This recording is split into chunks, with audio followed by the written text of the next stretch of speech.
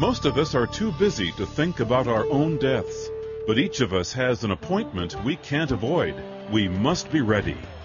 Runners in life's race know that one day the race will be over. Those who run best already know where their track ends. Today, more teaching from the Bible about where unbelievers will spend their eternities. Stay with us. From Chicago's Moody Church, this is Running to Win with Dr. Erwin Lutzer, whose clear teaching helps us make it across the finish line. Our current Running to Win series is all about what happens 1 minute after you die. Today, Dr. Lutzer brings us teaching about the future for the Old Testament dead, a place called Sheol. Let me give you another observation. There are indications in the Bible that Sheol has different regions, We know that because the wicked and the righteous both go into Sheol. That's why some people think that it refers only to the grave. But we know that it means more than the grave. It has to do with what lies on the other side. And we have accounts, for example, of Jacob, who was a righteous man, goes into Sheol. But the sons of Korah who rebelled, the rebellious ones who were against God, they also go into Sheol. So this made the ancient rabbis come to a conclusion that was, I think, very biblical, as we shall see. They said, since Sheol has two different kinds of inhabitants, Sheol also then must have two different compartments. It must have two different regions. And the Bible does speak about the lower regions of Sheol in some of the texts and passages. David says, God will redeem me from the power of Sheol. Now, the whole idea that there are two classes of people in the world to come, the righteous and the wicked, is expressly stated in the book of Daniel. And this is one of the clearest verses in all the Old Testament about the belief in the Old Testament that the Old Testament saints had regarding a future life. It says in Daniel chapter 12, verse 2, many who sleep in the dust of the ground will awake, some to everlasting life, and others to everlasting shame and contempt. They will awake, but you have two different resurrections because you have two different classes of people. Therefore, you have two different places where they go when they die. Now, when you study all the passages, and of course I gave you only two or three because we simply could not possibly begin to look at all the texts, what you discover in the Old Testament is that the curtain to the afterlife is opened just a little bit. We don't see everything that we would like to see. We do see that there are those who intended and hoped to go to glory, but you also find a lot of depressing comments about this place called Sheol, which supposedly is under the earth, though we know not where it is. But when you get to the New Testament, that's when suddenly the floodlights come on. The curtain is opened, and now we begin to see very clearly what lies on the other side, both for the righteous and for the wicked. And so for this reason, I want us now to turn to the New Testament.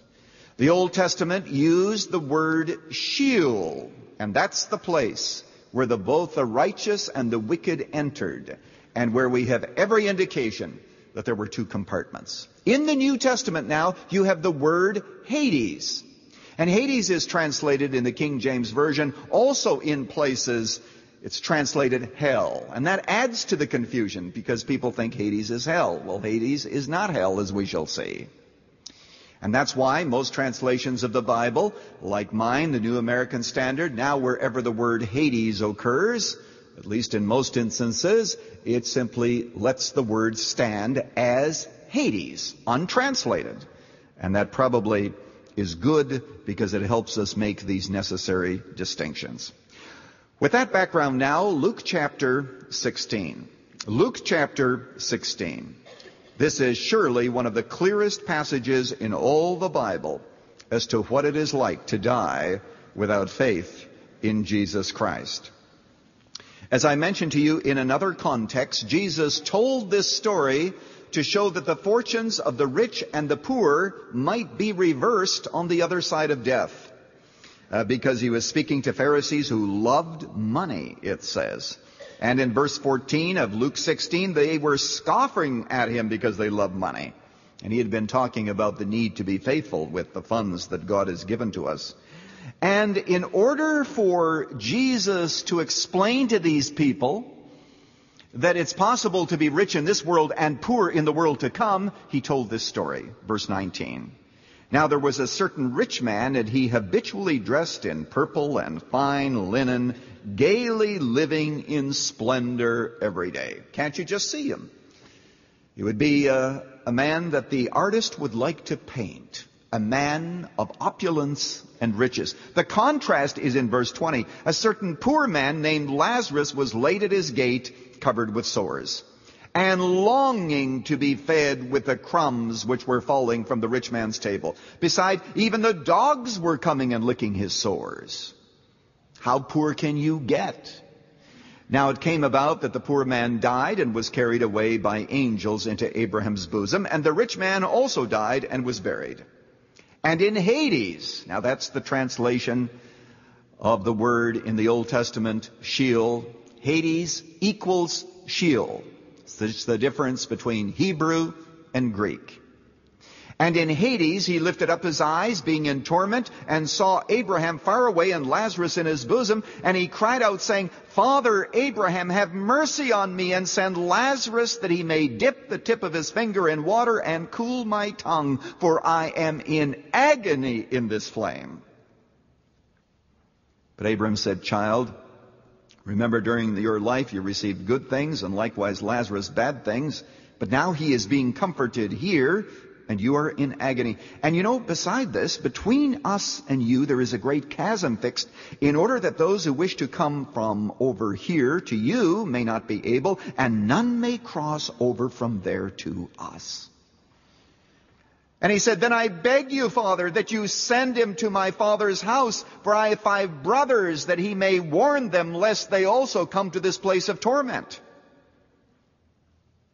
But Abraham said, Well, they have Moses and the prophets, let them hear them. No, Father Abraham, but if someone goes to them from the dead, they will repent.